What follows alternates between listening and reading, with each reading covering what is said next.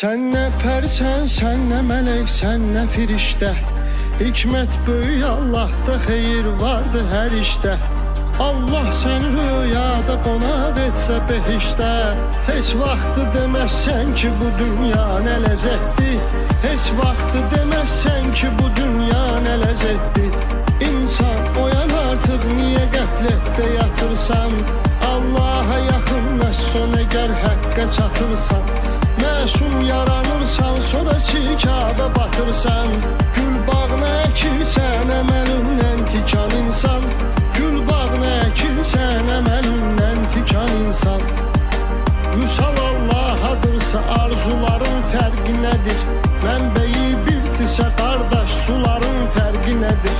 Biri şiyə, biri sünni, bunların fərqi nədir? Bir olaq, qardaş olaq, bağlayaq mübahisəni. Yetmə, zülm eləmə, yandırar Allah səni. Özü yandırmasa da yandırar Allah səni. Cəhd elə bu qar ömrüğü mənalı keçirt ki, iz qoydu desinlər, deməsinlər yaşı getdi. Cəhd elə bu qar ömrüğü mənalı keçir ki, iz qoydu desinlər, deməsinlər yaşı getdi.